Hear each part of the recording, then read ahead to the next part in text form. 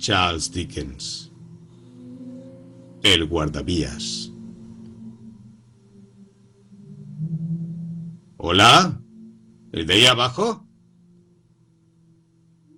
Cuando escuché una voz que le llamaba, estaba de pie en la puerta de la caseta, con una bandera en la mano enrollada alrededor de un palo. Teniendo en cuenta la naturaleza del terreno, cualquiera hubiera pensado que no podía dudar con respecto al lugar del que procedía la voz. Pero en lugar de mirar hacia arriba, donde estaba yo, de pie, sobre un empinado monte situado justo encima de su cabeza, se dio la vuelta y miró hacia la vía. Había algo especial en la forma en que lo hizo, aunque yo no pudiera captar de qué se trataba exactamente.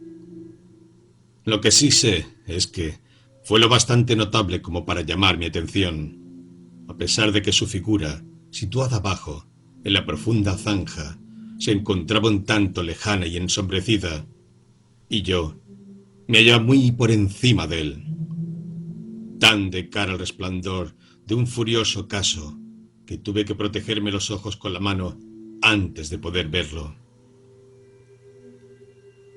¿Hola? ¿Ahí abajo? Él seguía mirando la vía, pero volvió a darse la vuelta, y al levantar la vista, me vio allí arriba. ¿Hay algún camino por el que pueda bajar para hablar con usted? Miró sin responder, y yo le contemplé sin querer presionarle repitiendo mi tonta pregunta. En ese preciso momento se produjo una vaga vibración en la tierra y el aire, que se convirtió rápidamente en una pulsación violenta, en una embestida que me obligó a retroceder para no caer abajo. Cuando se deshizo el vapor que se había elevado hasta mi altura desde el tren que pasó velozmente y empezó a desvanecerse en el paisaje, volví a mirar hacia abajo y pude verle enrollar en el palo la bandera que había extendido durante el paso del tren. Repetí la pregunta. Tras una pausa, durante la cual pareció contemplarme con gran atención, señaló con la bandera enrollada hacia un punto situado a mi nivel, a unos 200 o 300 metros de distancia. «¡Entendido!», le grité, dirigiéndome hacia ese lugar. Allí, a fuerza de examinar cuidadosamente la zona, encontré un tosco camino que descendía en zigzag, en el que habían excavado una especie de escalones, y bajé por él. La zanja era profunda e inusualmente inclinada. Había sido excavada en una piedra viscosa que se iba volviendo más rezumante y húmeda conforme bajaba. Por ese motivo el camino se me hizo lo bastante largo para recordar la sensación singular de desgana y obligación con la que me había indicado dónde estaba. Cuando bajé por el camino, vi que estaba de pie entre los raíles por los que acababa de pasar el tren, en actitud de estar aguardando mi aparición. Con la mano izquierda se tocaba la barbilla y descansaba el codo de ese brazo sobre su mano derecha, cruzada junto al pecho. Su actitud me pareció tan expectante y vigilante que me detuve un momento, extrañado. Reanudé mi avance. Llegué a la altura de la vía y al acercarme más, vi que era un hombre de tez pálida y pelo oscuro, de barba negra y cejas bastante pobladas. Su puesto se encontraba en el lugar más solitario y triste que yo hubiera contemplado nunca. A ambos lados, un muro hecho de piedra mellada que goteaba humedad impedía toda vista, salvo la de una franja de cielo. Por un lado, la perspectiva solo era una prolongación curva de aquel calabozo enorme. La perspectiva por la otra dirección, más corta, terminaba en una sombría luz rígida y en la entrada, todavía más sombría, de un túnel negro cuya arquitectura maciza creaba una atmósfera bárbara, deprimente y repulsiva. Era tan escasa la luz del sol que llegaba hasta allí, que producía un olor terroso y letal, y tanto el frío viento que corría por la zanja que llegué a estremecerme como si hubiera abandonado el mundo natural. Me acerqué hasta él lo suficiente para tocarle antes de que se moviera. Ni siquiera entonces apartó su vista de la mía, pero dio un paso atrás y levantó una mano. Le dije que ocupaba un puesto bastante solitario y que había llamado mi atención cuando le vi desde allá arriba. Añadí que suponía que le resultaría raro tener visitantes, pero esperaba no obstante ser bienvenido. Que en mí debía haber simplemente a un hombre que, habiendo estado toda su vida encerrado en unos límites estrechos y sintiéndose libre por fin, se le había despertado recientemente el interés por las grandes obras. Le hablé en ese sentido, aunque estoy lejos de encontrarme seguro de que fueran esos los términos utilizados, pues aparte de que no se me da muy bien iniciar una conversación, había en aquel hombre algo que me intimidaba. Dirigió una curiosísima mirada hacia la luz roja, situada cerca de la boca del túnel. Permaneció con la vista fija en ella durante un rato, como si le faltara algo. Y después volvió a mirarme. Le pregunté que si la luz formaba parte de sus obligaciones. ¿Acaso no lo sabe?, me respondió en voz baja. Contemplando su mirada fija y aquel rostro melancólico, pasó por mi mente el pensamiento monstruoso de que se trataba de un espíritu y no de un hombre. Desde entonces he pensado muchas veces si no habría algún problema en su mente. En ese momento fui yo el que retrocedió, pero al hacerlo detecté en su mirada un miedo latente hacia mí, y con él desapareció mi pensamiento monstruoso. Me está mirando como si me tuviera miedo, le dije, obligándome a sonreír. Estaba pensando si lo había visto antes, replicó él. ¿Dónde? Señaló hacia la luz roja que había estado mirando. ¿Allí?, volví a preguntar yo. Respondió afirmativamente, aunque sin emitir sonido alguno, mientras me miraba con intensidad. Mi buen amigo, ¿qué podía hacer yo allí? No obstante, puedo jurarle en cualquier caso que nunca he estado en ese lugar. Así lo creo, replicó él. Sí, estoy seguro. Su actitud se volvió entonces más tranquila. Contestó a mis observaciones con prontitud y con palabras bien elegidas. ¿Tenía mucho trabajo allí? Sí, bueno, era una forma de decirlo. Tenía, desde luego, una gran responsabilidad, pero lo que se requería de él era exactitud y vigilancia, mientras que trabajo de verdad, es decir, trabajo manual, apenas existía. Lo único que tenía que hacer era cambiar la señal, arreglar las luces y girar la manivela de hierro de vez en cuando. Respecto a todas aquellas largas y solitarias horas que a mí me parecían tan difíciles de soportar, solo podía decir que se había adaptado a aquella rutina y estaba acostumbrado a ella. Había aprendido una lengua él solo, allá abajo, si se podía llamar aprender, a reconocerla escrita y a haberse formado una idea aproximada de su pronunciación. También había trabajado con quebrados y decimales y había intentado hacer un poco de álgebra. Pero tenía, y siempre la había tenido, mala cabeza para los números. ¿Estaba obligado a permanecer en aquella corriente de aire húmedo mientras estaba de servicio? ¿No podía salir nunca la luz del sol de entre aquellas altas paredes de piedra? Bueno, eso dependía de la hora y de las circunstancias. Algunas veces había menos tráfico en la línea que otras, y lo mismo ocurría a ciertas horas del día y de la noche. Cuando había buen tiempo, sí que procuraba subir un poco por encima de las tinieblas inferiores.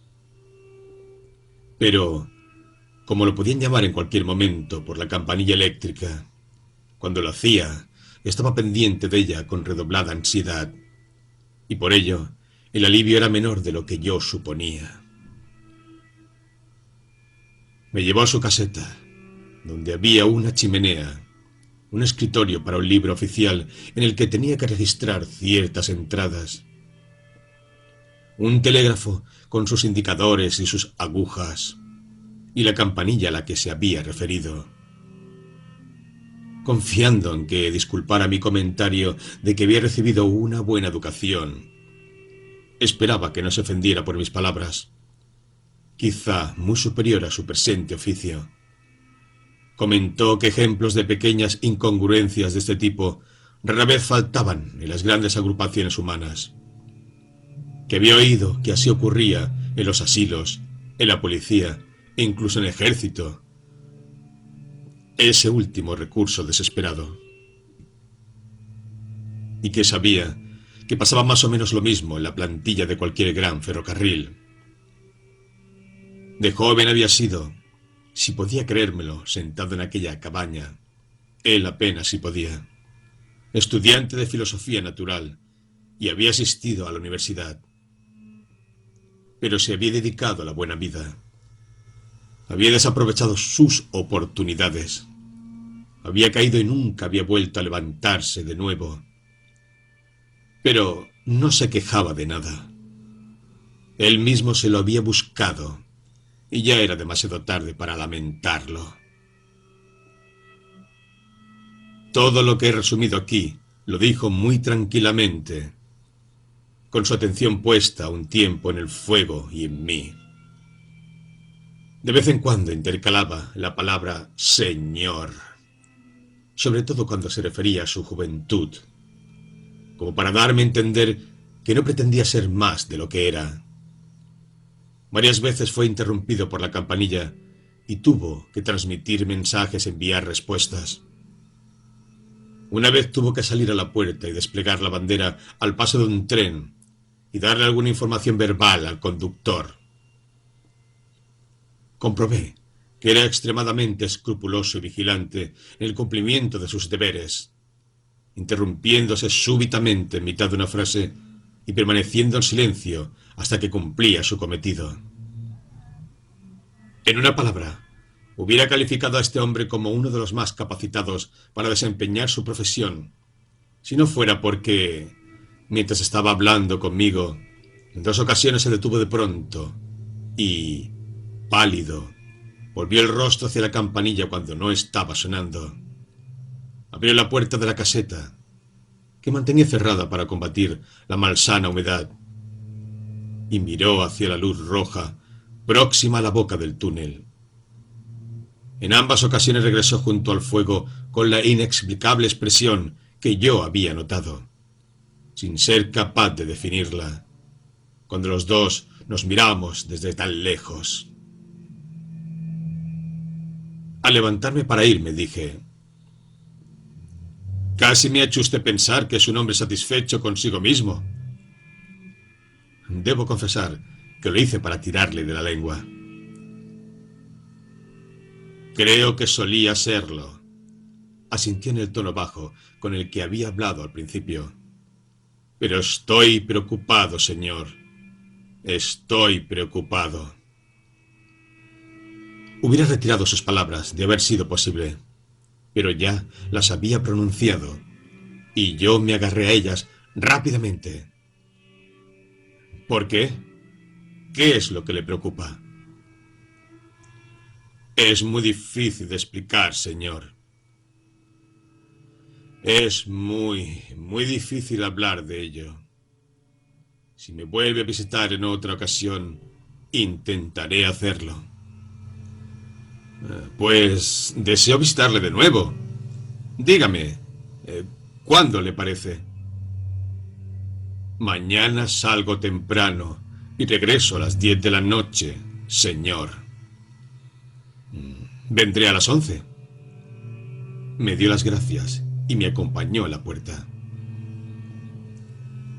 Encenderé la luz blanca hasta que encuentre el camino, señor, dijo en su peculiar voz baja.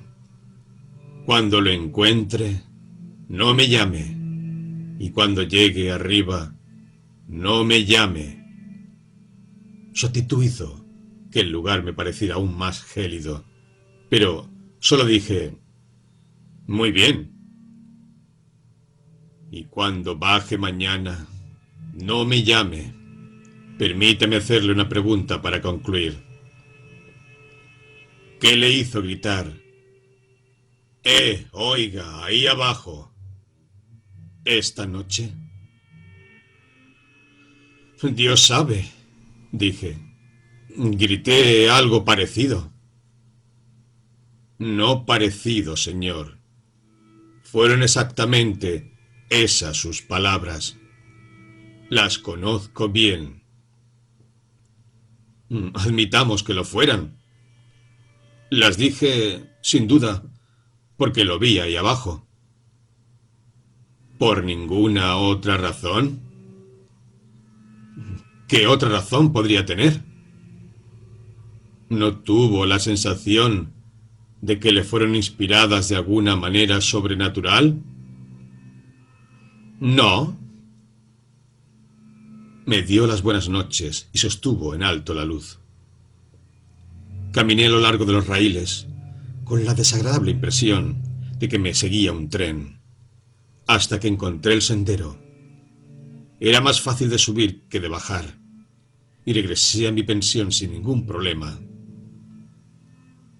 A la noche siguiente, fiel a mi cita, puse el pie en el primer peldaño del zig-zag, justo cuando los lejanos relojes daban las 11. El guardavía me esperaba abajo, con la luz blanca encendida. No he llamado, dije cuando estábamos ya cerca. ¿Puedo hablar ahora? Por supuesto, señor. Buenas noches, y aquí tiene mi mano. Buenas noches, señor. Y aquí tiene la mía. Tras lo cual anduvimos el uno junto al otro hasta llegar a su caseta. Entramos, cerramos la puerta y nos sentamos junto al fuego. He decidido, señor, empezó a decir, inclinándose hacia adelante, tan pronto estuvimos sentados y hablando en un tono apenas superior a un susurro, que no tendrá que preguntarme por segunda vez lo que me preocupa. Ayer tarde le confundí con otra persona. Eso es lo que me preocupa. ¿Esa equivocación? No. Esa otra persona. ¿Quién es? No lo sé. ¿Se parece a mí? No lo sé. Nunca le he visto la cara. Se tapa la cara con el brazo izquierdo y agita el derecho violentamente. Así. Seguí su gesto con la mirada, y era el gesto de un brazo que expresaba con la mayor pasión y vehemencia algo así como: «Por Dios santo, apártese de la vía». Una noche de luna, dijo el hombre. Estaba sentado aquí cuando oí una voz que gritaba: oiga, ahí abajo. Me sobresalté. Miré desde esa puerta y vi a esa persona de pie junto a la luz roja, cerca del túnel, agitando el brazo como acabo de mostrarle. La voz sonaba ronca de tanto gritar y repetía: «¡Cuidado! ¡Cuidado!». Y de nuevo: oiga, ahí abajo. ¡Cuidado!».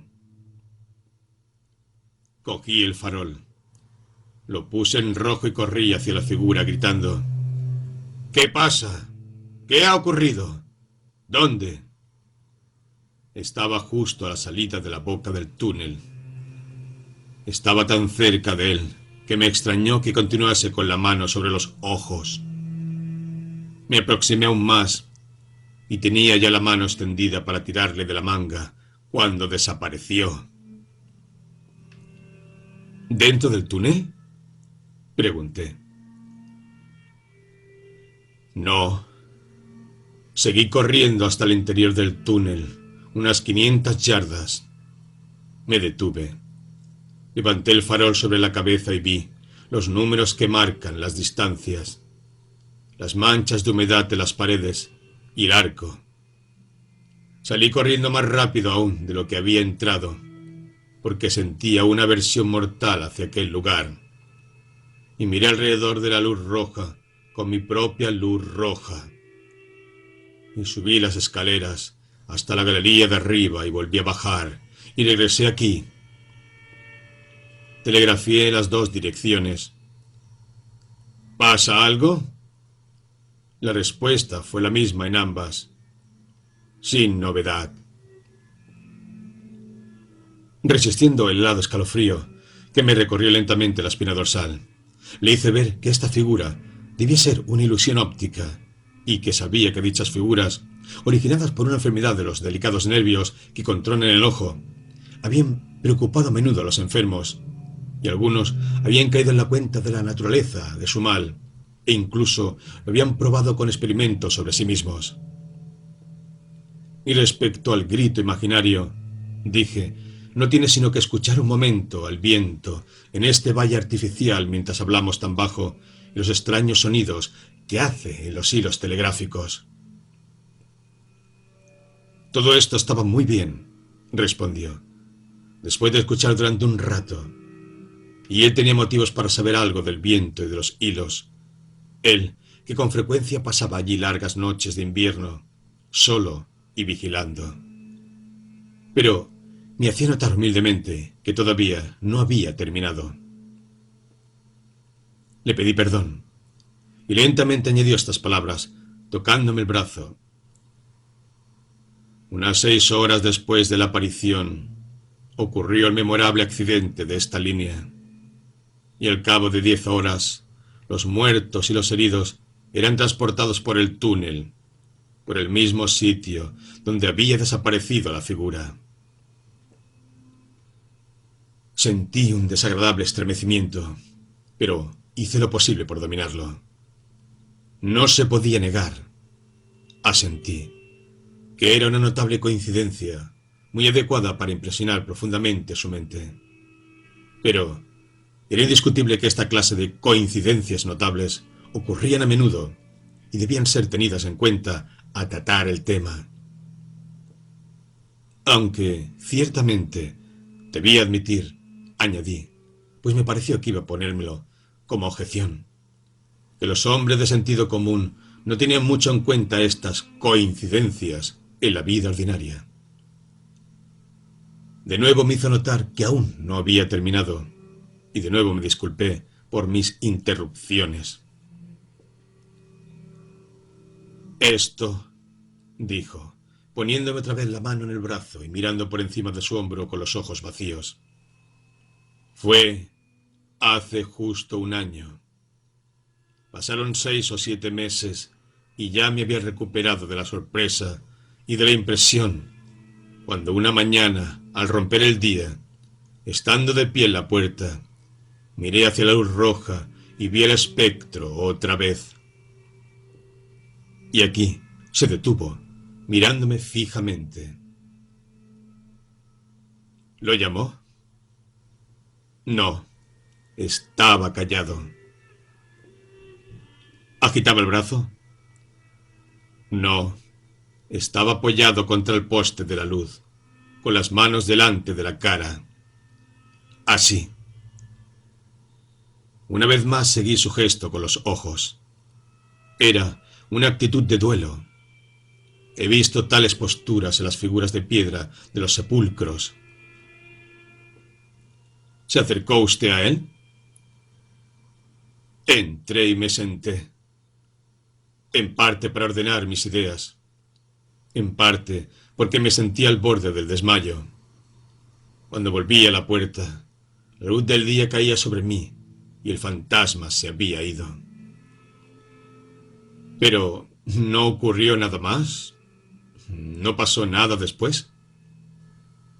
Me tocó en el brazo con la punta del dedo 2 o 3 veces, asintiendo con la cabeza y dejándome horrorizado a cada una de ellas.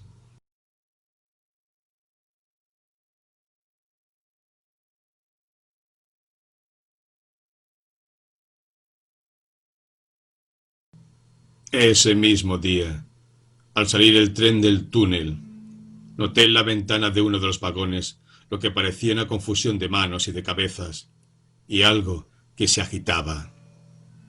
Lo vi justo a tiempo de dar la señal de parada al conductor. Paró el motor y pisó el freno. Pero el tren siguió andando unas 150 yardas más. Corrí tras él y al llegar oí gritos y lamentos horribles. Una hermosa joven había muerto instantáneamente en uno de los compartimentos. La trajeron aquí y la tendieron en el suelo, en el mismo sitio donde estábamos nosotros.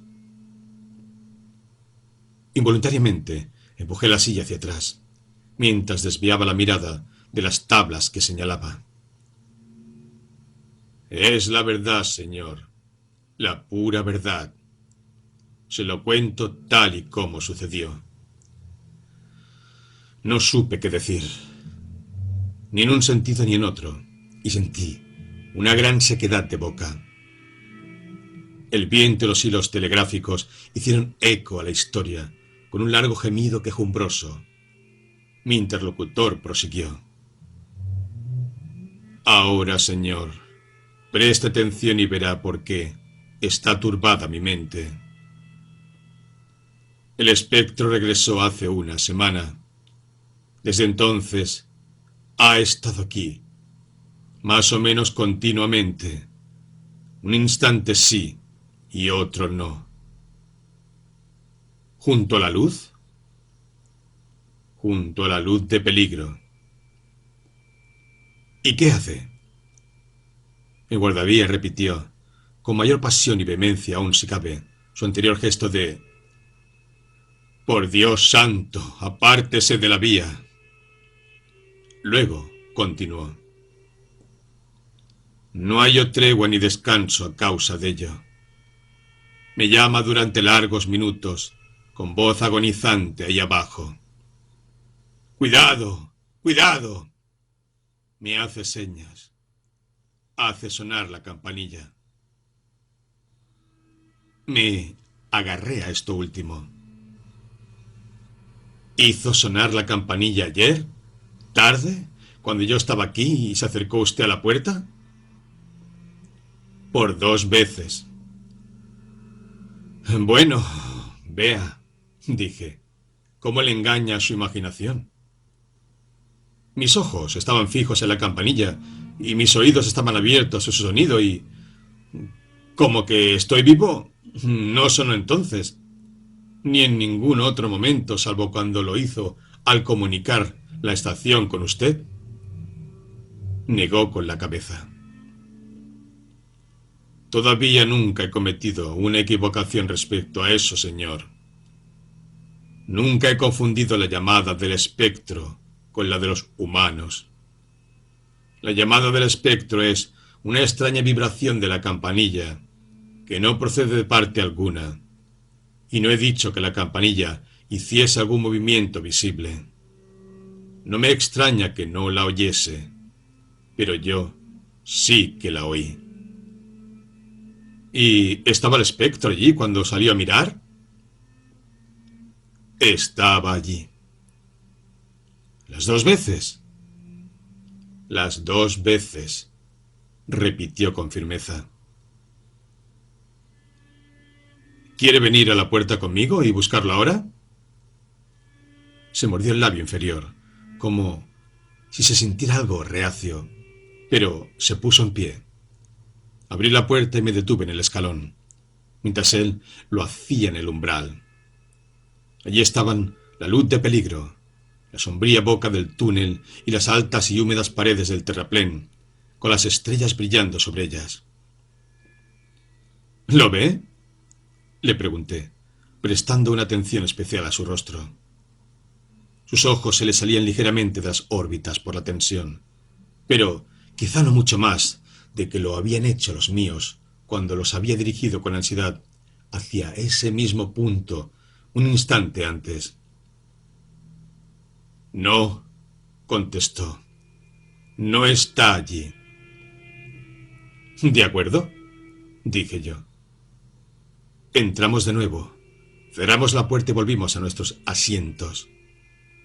Estaba pensando en cómo aprovechar mi ventaja, si podía llamarse así, cuando volvió a reanudar la conversación con un aire tan natural, dando por sentado que no podía haber entre nosotros ningún tipo de desacuerdo serio sobre los hechos, que me encontré en la posición más débil. A estas alturas comprenderá usted, señor, dijo, que lo que me preocupa tan terriblemente es la pregunta: ¿qué quiere decir el espectro? No estaba seguro, le dije, de que lo entendiese del todo. ¿De qué nos está previniendo?, dijo, meditando, con sus ojos fijos en el fuego, volviéndolos hacia mí tan solo de vez en cuando. ¿En qué consiste el peligro? ¿Dónde está? Hay un peligro que se cierne sobre la línea, en algún sitio. Va a ocurrir alguna desgracia terrible.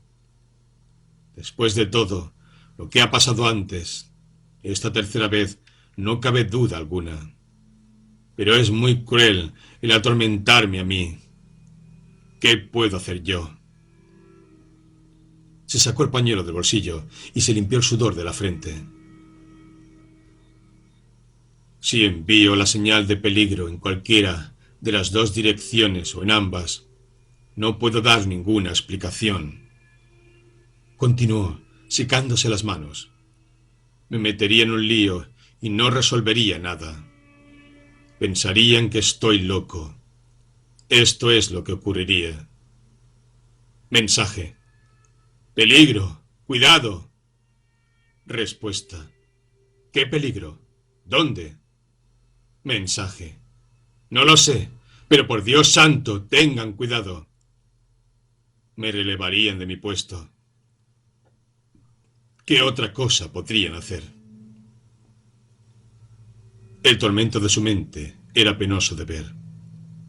Era la tortura mental de un hombre responsable, atormentado hasta el límite por una responsabilidad incomprensible, en la que podrían estar en juego vidas humanas.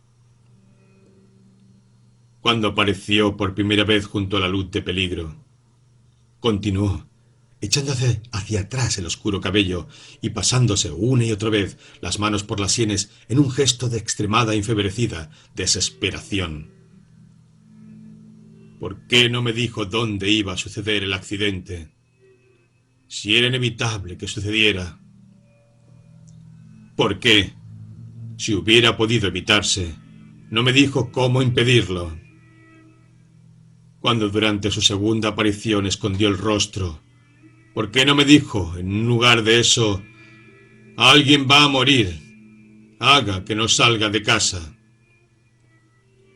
Si apareció en las dos ocasiones solo para demostrarme que las advertencias eran verdad y así prepararme para la tercera, ¿por qué no me advierte claramente ahora? ¿Y por qué a mí, Dios me ayude, un pobre guardavía en esta solitaria estación? ¿Por qué no se lo advierte a alguien con el prestigio suficiente para ser creído y el poder suficiente para actuar? Cuando lo vi en aquel estado, comprendí que, por el bien del pobre hombre y la seguridad de los viajeros, lo que tenía que hacer en aquellos momentos era tranquilizarlo. Así que, dejando a un lado cualquier discusión entre ambos sobre la realidad o irrealidad de los hechos, le hice ver que cualquiera que cumpliera con su deber a conciencia actuaba correctamente y que, por lo menos, le quedaba el consuelo de que él comprendía su deber, aunque no entendiese aquellas desconcertantes apariciones. En esta ocasión tuve más éxito que cuando intentaba disuadirlo de la realidad del aviso. Se tranquilizó. Las ocupaciones propias de su puesto empezaron a reclamar su atención cada vez más conforme avanzaba la noche. Lo dejé solo a las 2 de la madrugada. Me había ofrecido a quedarme toda la noche, pero no quiso ni oír hablar de ello. No me avergüenza confesar que me volví más de una vez a mirar la luz roja mientras subía por el sendero, y que no me gustaba esa luz roja, y que hubiera dormido mal si mi cama hubiera estado debajo de ella. Tampoco veo motivo para ocultar que no me gustaban las dos coincidencias del accidente y de la muerte de la joven. Pero lo que fundamentalmente ocupaba mi mente era el problema de cómo debía yo actuar, una vez convertido en confidente de esta revelación. Había comprobado que el hombre era inteligente, vigilante, concienzudo y exacto. Pero, ¿durante cuánto tiempo podía seguir así, en su estado de ánimo? A pesar de lo humilde de su cargo, tenía una importantísima responsabilidad. Me gustaría a mí, por ejemplo, arriesgar mi propia vida confiando en la posibilidad de que continuase ejerciendo su labor con precisión. Incapaz de no sentir que sería una especie de traición si informase a sus superiores de lo que me había dicho, sin antes hablar claramente con él para proponerle una postura intermedia. Resolví por fin ofrecerme para acompañarlo. Me había advertido que la noche siguiente, conservando de momento el secreto, y saldría una hora o dos después de amanecer, encontrar por aquellos alrededores después de pedirle consejo. Yo había quedado en regresar de acuerdo con este horario. La tarde siguiente fue una tarde maravillosa y salí temprano para disfrutarla. El sol no se había puesto del todo cuando ya caminaba por el sendero cercano a la cima del profundo terraplén. Seguiré paseando durante una hora, me dije a mí mismo. Media hora hacia un lado y media hora hacia el otro, y así haré tiempo hasta el momento de ir a la caseta de mi amigo, el guardavía. Antes de seguir el paseo, me asomé al borde y miré mecánicamente hacia abajo, desde el punto en que lo vi por primera vez. No puedo describir la excitación que me invadió cuando, cerca de la entrada del túnel, vi la aparición de un hombre, con la mano izquierda sobre los ojos, agitando el brazo derecho apasionadamente. El inconcebible horror que me sobrecogió pasó al punto, porque enseguida vi que esta aparición era en verdad un hombre y que, de pie y a corta distancia, había un pequeño grupo de otros hombres para quienes parecía estar destinado el gesto que había hecho. La luz de peligro no estaba encendida aún. Apoyada en su poste y utilizando unos soportes de madera y lona, había una tienda pequeña y baja que me resultaba totalmente nueva. No parecía mayor que una cama.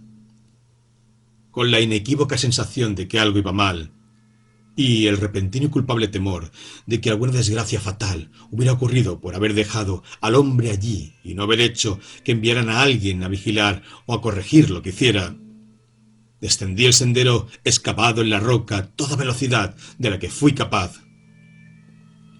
«¿Qué pasa?», pregunté a los hombres. «Ha muerto un guardavía esta mañana, señor». «¿No sería el que trabajaba en esa caseta?». «Sí, señor».